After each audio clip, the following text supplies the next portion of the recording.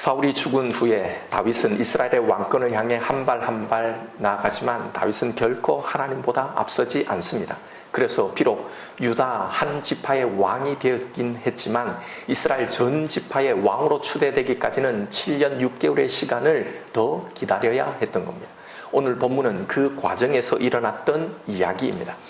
사울의 군대 장관 아브넬은 사울의 남은 아들 이스보셋을 왕으로 세웠지만 사실 모든 실권은 군사력을 장악한 아브넬 자신이 쥐고 있었습니다. 그러니 아브넬은 두려울 것이 없는 사람이 되어 갔던 겁니다. 급기야는 사울이 데리고 있던 첩중에 리스바란 후궁을 취하게 되죠. 그래서 이 일로 왕인 이스보셋이 아브넬을 책망합니다. 왜냐하면 이것은 단순히 윤리적인 문제가 아니라 왕권에 관계된 문제였기 때문입니다. 고대 당시에는 선왕의 첩을 취한다는 것은요, 왕권에 대한 도전이거나 혹은 왕권을 이어받는다는 상징적인 의미가 있었기 때문입니다. 그러니 신하로서 당연히 이 일에 대해서 책망을 받아야 할 일임에도 불구하고 아브넬은 이스보셋의 말에 발끈하며 화를 내는 겁니다. 그러면서 하는 말이, 내가 아니었으면 너는 벌써 다윗의 손에 죽었을 거다. 다 죽어가는 걸 살려줬더니 고작 죽은 왕의 첩 하나 내가 건드렸다고 나를 책망할 수 있느냐라고 하는 거예요. 그러면서 적반하장으로 화를 내는 겁니다. 그러면서 이제는 더 이상 내가 너를 보호해주지 않겠다. 이제 내가 세운 이 나라를 이제 다윗에게 바치겠다고 하면서 신하로서 왕에게 도저히 할 수 없는 말을 하는 겁니다. 그런데도 이스보셋은 그가 두려워서 한마디도 하지 못했더라라는 겁니다. 그리고 아브넬은 정말 자신이 말한 대로 나라를 다윗에게 넘기는 준비를 합니다. 사실 그건 어려운 일도 아니죠. 왜냐하면 이미 이스라엘 장로들이 아브넬을 찾아와서 다윗이 우리 왕이 되게 해달라, 다윗이 우리를 다스리게 해달라고 요청했기 때문입니다. 드디어 아브넬은 다윗이 있는 헤브론으로 가서 거기서 서로 만족할 만한 선에서 원만하게 합의를 하게 됩니다. 그리고는 다윗의 환송을 받으며 돌아가는데, 그때 다윗의 군대 장관 요압이 전쟁에 돌아와서는 이 사실을 알게 된 겁니다. 요압에게 있어서 아브넬은 앞선 전투에서 자신의 동생을 죽인 원수였습니다. 이런 아브넬을 환대하고 협약까지 맺은 다윗에 대해서 요압은 분노하고 노골적인 불만을 드러냅니다. 그리고는 행동에 옮기죠. 다윗의 허락을 받지 않고 다윗의 의사와 전혀 반대되게 아브넬 암살 작전을 자기 마음대로 펼치는 겁니다. 평안히 마하나임으로 돌아가던 아브넬을 쫓아가서는 다윗이 마치 더 할 말이 있는 것처럼 거짓말을 해서는 헤브론으로 돌아오게 만들어서 거기서 자신이 직접 이 아브넬을 죽였던 겁니다.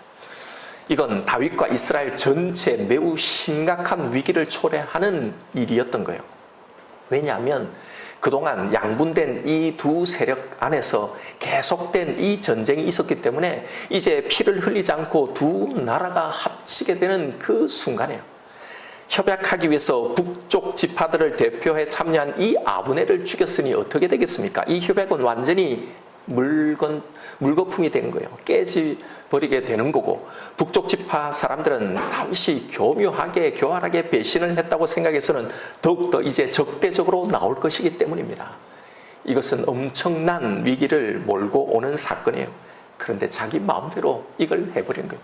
요압이 그만큼 힘이 있었단 말을 하는 겁니다. 이건 전쟁 없이 평안히 두 나라를 통일하려고 했던 다윗의 모든 계획을요, 하나님의 이 계획을 요압이 자신의 개인적인 감정으로 완전히 뒤엎어버린 겁니다. 그러나 다윗은 그런 요압에 대해서 아무 말도 하지 못하는 거예요. 그러면서 그런 자신의 신세를 한탄하며 요압의 운명을 하나님께 맡기면서 오늘 본문의 이야기가 끝을 맺습니다. 이 사건은 우리에게 어떤 메시지를 전달하고 있을까요?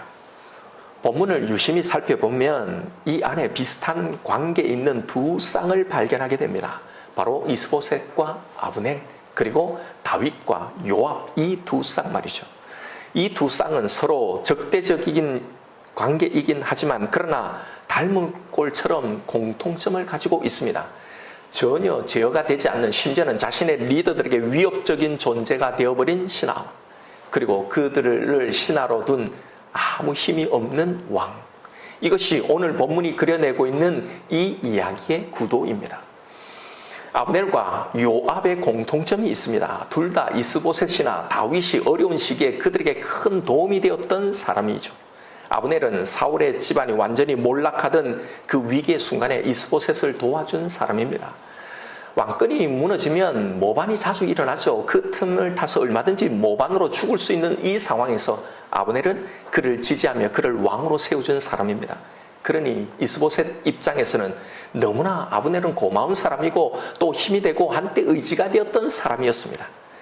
다윗에게 요압이라는 존재도 마찬가지였어요. 사울에게 쫓겨 이리저리 도망 다니던 때 늘 그와 함께 했던 사람이었습니다. 도피 초창기에 다윗이 아둘람 굴에 도망했을 때 그의 형제와 아버지의 온 집이 다윗에게 왔다라는 말이 나옵니다. 요압은 다윗의 친척이었어요. 그러니 다윗의 친척이었던 요압도 아마 이때 이 초창기부터 다윗과 같이 합류했을 거란 말입니다. 그러니 힘들고 어려웠던 그 모든 순간순간에 다윗 옆에서 그를 도와주고 동고동락했던 사람이었단 말이에요. 그와 그의 형제들이 다 탁월한 용사였고 요압이 다윗의 군대 장관이라고 했으니 다윗 곁에 모인 다양한 오합지졸의 사람들을 이렇게 체계적으로 군사 조직으로 만들어 가는데 아마 요압의 공이 지대했을 겁니다. 그러니 다윗에게 요압은 너무나 고마운 사람이었을 겁니다. 자, 그런데 문제는 그런 그들이 힘을 가지면서 이 관계가 점점 변하더라라는 겁니다. 오늘 본문 11절에서는 이스보셋이 아브넬을 두려워하여 감히 한마디도 대답하지 못하였다라고 나옵니다. 다윗의 상황도 마찬가지입니다. 39절에서 다윗과 요압의 관계는 이렇게 변해 있었던 겁니다. 다윗의 탄식이에요. 내가 기름 부음을 받은 왕이 되었으나 오늘 약하여서 스루야의 아들인 이 사람들을 제어하기가 너무 어려우니 여호와는 악행한 자에게 그 악한 대로 갚으실지로다 하니라. 그들 모두는 다 처음부터 이랬던 게 아니었습니다. 그 누구보다도 더 헌신적이었고 그 누구보다 더 많은 도움을 주던 사람이었습니다. 그런데 어느 순간 그 헌신과 그 도움들이 위협으로 변해버리더라는 겁니다. 여러분, 이건 성경에만 나오는 이야기가 아닙니다. 불행히도 하나님 나라인 이 교회 공동체 안에서도 지금 이런 일들이 똑같이 일어나고 존재하고 있습니다. 어떤 조직이든 어떤 공동체이든 그 조직을 위해 더 많이 헌신하고 특별하게 희생 많이 하는 분들이 있습니다. 그런 분들의 그런 희생과 그 헌신으로 그 조직이 세워지고 유지되어 가는 거죠. 그런데 공동체를 위해서 했던 그 귀한 헌신과 그 희생이 어느 순간 그 공동체를 위협하고 그 위에 군림하는 힘이 되어버리더라는 겁니다. 저는 실제 교회 공동체에서 이것을 너무 많이 경험했었습니다. 그리고 실제로 교회에 청빙을 받아서 목회를 하는 이 땅에 많은 교회에서 담임 목사들이 가장 많이 겪고 있는 어려움이기도 합니다. 너무도 순수하게 초창기는 교회를 위해서 부서를 위해서 충성봉사하던 분들이 그 각각 요소요소에 아브넬로 요압으로 변해 존재하고 있더라는 거예요. 좀 조심스러운 이야기지만 제 경험을 몇 가지 나눠 볼까 합니다. 누구를 비난하기 위해서가 아니라 이런 우리의 실체들을 보기 위해서요. 어떤 교회 주일학교 교육전도사로 제가 사역할 때의 경험이었어요. 오랫동안 거기에 교사로 헌신하고 주일학교에 큰 버팀목이 되어 오던 분이 있었습니다. 제가 오기 직전까지 그분은 총무교사로 섬겼던 집사님이었어요. 그러다가 이분이 그것을 내려놓고 이제 평교사로 있었습니다. 오랫동안 총무교사로 이야기했고 사역했고 그 또 함께 일했으니 이분이 다른 교사들에게 미치는 영향력이 매우 컸습니다. 처음에는 저에게 너무나 잘해줬어요. 적응하는데 도움을 주시려고 너무나 친절하게 여러 가지도 설명해 주시고 도와주시려고 했습니다. 그런데 여러분, 교회를 이제 기획하면서 나갈 때 제가 잘 모르니까 새로 뽑힌 이제 총무교사와 임원교사들이 서로 이제 어떤 행사를 어떻게 하면 좋겠다고 먼저 회의를 하고 거기에 나온 안건을 가지고 이제 전체 교사회 때 나누고 거기서 최종 결정을 하는 거잖아요. 그러고 총무교사와 임원교사를 세워두는 거잖아요. 그런데 교사회의 전에 바로 이분 자신에게 아무런 언질이나 언급 없이 안건을 올렸다고 아마 그 부분이 마음이 상했는 것 같아요. 당연히 처음 온 교육전도사가 잘 모르니 총무교사의 도움을 받고 그분에게 자주 연락하고 자주 이 주일학교의 일을 의논하고 만나는 게 당연한 건데 이게 좀 불편했나 봅니다. 어느 순간 교사회의 때 계속 반대를 하는 거예요. 전도를 이렇게 해보자고 해도 기도를 이렇게 하자고 해도, 어떤 행사를 이렇게 한번 해보자고 해도 정말 사사건건 말로 이리저리 딴지를 거는 겁니다. 그리고 그렇게 교사의 분위기를 그렇게 장악하고 주도를 하는 거예요. 그런데 다른 교사들이 이분 때문에 아무 말을 못하는 겁니다. 너무나 힘들었어요. 아무것도 하지 못하게 하는 겁니다. 또 다른 교회에서 사역할 때였습니다. 그 교회는 제가 오기 수년 전에 교회 안에 분쟁을 겪었던 교회였어요. 그때 제가 대학부와 유초등부 두 부서를 맡게 되었는데요. 대학부의 한 자매하고 상담하는 과정에 이 자매가 교회 봉사를 너무 하고 싶은데, 특히 주일학교 교사를 하고 싶은데 못하고 있는 겁니다. 그러니까 전도사 입장에서는 얼마나 반가워요. 안 그래도 교사가 부족한데, 상담 중에 알게 된 사실이요. 이 부모가 분쟁 중에 좀 한쪽 편에서 아마 좀 앞장서서 이렇게 싸웠나 봅니다. 바로 이분들이 지금 제가 갔을 때 유초등부 부장 집사님하고 서로 다른 편이 되어서 심하게 갈등을 하다가 이분들은 이제 교회를 나가고, 이 자매는 어려서부터 이 교회 출석을 했으니까 그냥 그 자매만 남은 거예요. 사실 자신은 중고등부 때 이 일이 일어난 거니까 어려서 그 뭘 알겠어요. 그냥 어른들끼리 그냥 싸운 거니까 자신은 거기에 그냥 뭐 아무런 어느 편이든 이게 없는 거예요. 그런데 이 부장 집사님이 이 자매가 교사를 하고 싶다고 해도 못하게 막고 있는 겁니다. 그래서 상담하면서 걱정하지 마라. 내가 이 부장 집사님께 말씀을 드리겠다. 어른들끼리 문제를 가지고 자녀들한테 그렇게까지 하겠냐. 그리고 벌써 다 이미 수년 전에 다 끝난 일인데, 또 부장 집사님도 신실한 분이니 이해하고 받아들이실 거라고 상담을 하고는 부장 집사님께 이걸 이제 말씀을 드렸어요. 물론 큰 아픔이 있으시겠지만 또 이건 어른들의 문제였고, 저렇게 아이들을 섬기고 싶어 하니 한 영혼 저 마음을, 신앙을 살리는 다음에 한번 품어주고 가자고 권면을 했던 겁니다. 당시 제가 교육 전도사였지만 목회자로서 너무나 모욕적인 반응이 되돌아오더라는 거예요. 딱 어린 조카 나무라듯이 한 삼촌처럼 쥐뿔도 모르면 가만히 있으라고 하는 거예요. 이런 표현, 이런 단어를 쓰지 않았지만 딱 그 뉘앙스.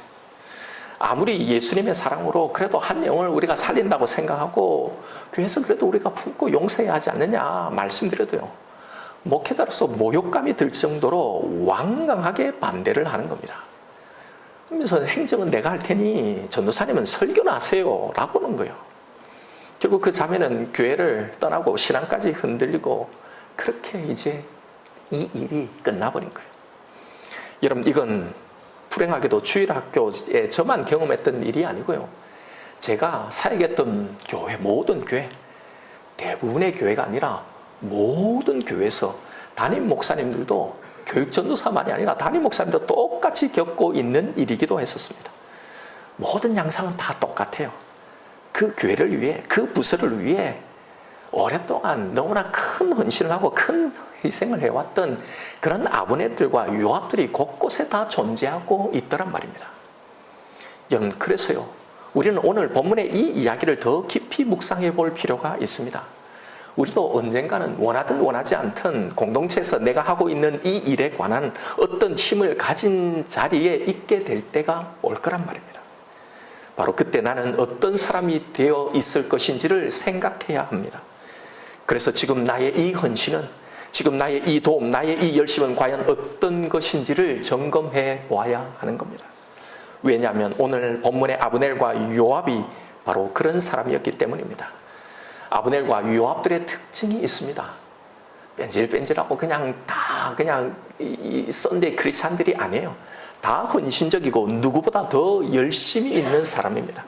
그런데 누구보다 더 헌신적이고 누구보다 더 희생을 많이 하고 더 열심히 했다는 게 다가 아니더라는 겁니다. 내가 준 도움이, 내가 한 헌신이, 내가 한 그 열심이 어떤 것이었냐, 이게 중요하다는 겁니다. 오늘 본문에 나오는 이런 도움, 이런 헌신은요, 자기의 영향력을 인정해주고 자기를 인정해줄 때는 도움을 줍니다. 계속된 헌신을 합니다. 그런데 그렇지 않으면 그게 무엇이든지 흔드는 겁니다. 그리고 자기가 원하는 대로, 자기가 해왔던 그 방식대로 그것이 옳다고 자기 마음대로 하는 거예요. 여러분, 왜냐하면 이런 사람들은 하나님의 일을 한 게 아니라 사실은 자기의 일을 하고 자기의 영향력을 그렇게 즐겨왔기 때문입니다. 열심히 하는 사람들이 그럴 경우가 참 많습니다. 이건 어느 특정한 기질을 가진 사람들이 잘 빠지는 함정이 아니라요, 어느 누구도 예외 없이 하나님의 일을 하는 우리 모두가, 저를 포함해서 목사나 장로나 어느 누구도 모두에게 도사리고 있는 이 헌신의 함정이라는 겁니다. 그래서 지금 나의 헌신은, 지금 나의 이 도움의 손길은 어떤 것인지를, 나는 결국 공동체를 세우는 사람인지 그걸 흔드는 사람인지를, 나는 공동체 혹은 공동체를 섬기는 리더에게 도움이 되는 존재인지 부담이 되는 존재인지를 오늘 이 말씀을 보면서 우리의 말씀을 살펴보아야 하는 겁니다. 아브넬을 한번 보십시다. 아브넬은 마치 지금에라도 다윗을 도와서 하나님이 그를 향해 세우시는 이 뜻을 이루어드리려고 노력하는 것처럼 보입니다. 오늘 본문 9절부터 한번 보십시오. 여호와께서 다윗에게 맹세하신 대로 내가 이루게 하지 아니하면 하나님이 아브넬에게 벌 위에 벌을 내리심이 마땅하니라. 그 맹세는 곧 이 나라를 사울의 집에서 다윗에게 옮겨서 그의 왕위를 단에서 부엘세바까지 이스라엘과 유다에 세우리라 하신 것이니라 하며, 사실 아브넬은 지금 다윗을 도와서 내가 이렇게 당신이 원하는 듯 다 하게 해주겠다라고 하지만요, 사실 아브넬이 다윗의 왕권을 인정하고 모든 백성을 이끌고 그들에게 들어가게 한 것은요, 이제라도 돌아가서 하나님의 편에 서야겠다라고 한 이 의도에서, 이런 뜻에서 한 게 전혀 아니었습니다. 그것은 하나님의 뜻을 순종함이 아니었어요. 다윗을 그래도 돕고자 하는 마음이 아니었습니다. 바로 이스보셋에 대한 불만 때문입니다. 내가 준 도움에 대한 합당한 대우를, 그런 보상을 받지 못했다고 생각하기 때문입니다. 내가 지한테 해준 게 얼만데, 지가 어려울 때 내가 얼마나 많이 도와줬는데 사울의 첩 하나 주지 못하냐? 내가 이렇게 밖에 대우받지 못할 사람이냐? 이것에 대한 불만, 서운함 때문이었어요. 그러니 지금 백성들이 자꾸 다윗에게로 기우는 이 마당에 더 이상 이스보셋에게 자신의 기득권을 누릴 그 가망이 없는 거예요. 이쯤 다윗에게 붙는 것이 훨씬 자신의 이 안위에 유리하다고 생각했기 때문입니다. 여러분, 모든 결정과 모든 것이 하나님이나 다른 것이 아니에요. 자기 생각, 자기 판단대로 하는 겁니다. 그렇게 모든 걸 움직여야 하는 거예요. 여러분, 지금까지 아브넬의 도움은 그럼 진짜 이스보셋을 위한 도움이었는가 말입니다. 그의 도움은 정말 이스보셋을 위한 순수한 도움이었냐 말입니다. 요압의 경우는 어땠습니까? 요압은 사울의 사람들을 끌어안고 함께 공동체를 세워나가야 했었습니다. 이것이 하나님의 뜻이었고 이것이 진짜로 다윗을 돕는 일이었습니다. 그런데 그것보다 자신의 복수, 더 나아가 자신의 자리가 더 중요했던 겁니다. 이건 단순히 자신의 동생을 죽인 복수만이 아니었어요. 아마도 다윗은 통일이 된 다음에 아브넬을 이스라엘 군사령관으로 임명하려는 계획을 가졌을 겁니다. 왜냐하면 이것은요, 북왕국 사람들을 대접하는 명분이 되기 때문에, 그래서 이게 필요한 겁니다. 요압은 그 사실을 아마 잘 알고 있었을 겁니다. 그래서 아브넬을 제거한 거예요. 왜냐하면 요압은 나중에 이런 똑같은 이유 때문에, 자신의 이 군사령관의 위치 때문에 또 똑같은 일을 저지릅니다. 아마샤를 이렇게 똑같이 아브넬처럼 죽이는 거예요. 다윗의 생각과 완전히 반대되고요. 그리고는 떳떳한 겁니다. 왜요? 다윗을 향한 불만이 있기 때문입니다. 내가 다윗 너를 그동안 얼마나 도왔는데 나한테 이럴 수 있냐는 거죠. 그러니 내가 이러는 건 정당한 거고 내 수고를 몰라준 너가 잘못이라는 거예요. 그래서 너는 이렇게 나한테 당해도 싸다는 거예요. 여러분, 이게 진짜 도운 건가요? 그동안 다윗을 도왔던 게 진짜 그를 돕기 위한 순수한 도움이었냐 말입니다. 다윗을 도와준 것 같고 그를 위한 것 같지만 사실은 다 자기를 위한 일이었다는 겁니다. 결국 아브넬은 요압의 손에, 그리고 요압 자신도 나중에 솔로몬의 군대 장관의 칼에 의해서 죽게 됩니다. 닮은 꼴의 이 두 사람은 결국 똑같은 최후를 맞이하게 돼요. 여러분, 이게 무서운 경고입니다. 여러분, 우리의 헌신을 점검하지 않으면 이렇게 될 수 있다는 겁니다. 누구도 예외는 없습니다. 다 이 함정에 빠질 수 있는 겁니다. 두려운 건 이들도 처음부터 그런 게 아니었을 거란 말입니다. 정말로 도움이 되고 싶고 정말로 도우려고 했을 겁니다. 사실 처음부터 내가 이 사람을 도와주면 이런 걸 얻어낼 수 있겠지라고 돕는 사람은 사실은 거의 없습니다. 다 순수한 마음으로 돕기 시작합니다. 우리들도 마찬가지입니다. 정말 하나님을 섬기고 싶고 교회를 섬기고 싶고 성도를 섬기고 싶은 마음으로 목회를 시작하죠. 다 교회에 도움이 되고 싶고 목회자를 돕고 싶고 부서를 위해서 공동체를 위해서 다 이 헌신을 시작합니다. 그런데 왜 그렇게 되는 겁니까? 어느 순간 내 헌신에 내 도움의 손길 안에 하나님이 사라지기 때문입니다. 그래서 어느 순간부터 내 헌신과 내 도움은 하나님과는 관계없는 내 일이 되어버리기 때문이에요. 내가 내 헌신과 내 도움을 점검하지 않으면 거기에는 오직 내 공로와 내 수고만이 남게 되는 겁니다. 내가 내 것을 가지고 내 시간, 내 물질, 내 우선순위를 가지고 내가 이렇게 했다고 생각하니까 이걸 조금이라도 몰라주는 것 같으면 그런 말 한마디에 그런 조그만 일 하나에 그 사람에게 서운한 겁니다. 예, 여러분 정말로 은혜를 모르는 사람들이 있기는 합니다. 정말 힘들 때 어려울 때 내가 할 수 있는 최선을 다해 도와줬는데 나중에 이걸 몰라주는 사람들이 있습니다. 내가 도와줬던 목사가 그럴 수도 있고요. 내가 섬겼던 성도가 반대로 그럴 수도 있습니다. 내가 도와주었던 사람들이 내가 헌신했던 교회가 그 부서가 그 조직이 그럴 수도 있습니다. 그런데 여러분 그런 배엉망덕한 사람들과 함께 망하지 마십시오. 그런 사람들 때문에 여러분의 그 귀한 헌신이 여러분의 그 진심 어린 도움이 아브넬의 것처럼 요압의 것처럼 되게 하지 마시란 말입니다. 하나님 앞에 서십시오. 하나님 앞에서 일하십시오. 내 것으로 내가 한 것이 아니라 하나님의 것으로 하나님이 하신 거잖아요. 다 하나님의 것 아닙니까? 하나님을 보고 하지 않았기 때문에 어느 순간 하나님을 놓쳤기 때문에요. 그러니 나는 그 사람을 도운 거지 하나님의 일을 한 게 아닌 게 되어버린 겁니다. 여러분 그럼요. 문제는 그런 평생의 사역이 나중에 하나님 앞에 아무런 칭찬도 아무런 상도 없게 되는 그런 인생이 되어버리는 겁니다. 왜요? 내가 하나님을 위하여 한 일이 없으니 말입니다. 그러니 이 땅에서의 사람들에게 서운한 겁니다. 그렇게 내 도움, 내 헌신을 때로는 내가 세운 내 도움을 준 그것들을요. 내 스스로 이제는 흔드는 위협의 존재로 변해가게 되는 겁니다. 여러분 내 도움에 배은망덕한 사람이 있을지라도 그 사람과 함께 망하지 마세요. 그 사람에게 기대하지 마십시오. 여러분 사람에게 기대하지 않아야 합니다. 사람 앞에 서는 것이 아니라 하나님 앞에 서야 사람에 대한 그 서운함들이 풀리는 겁니다. 서운한 섭섭함 그것이 들 때요. 내가 먼저 하나님 앞에 서야 하는 겁니다. 여러분 내 것으로 내가 했다고 생각하지 마세요.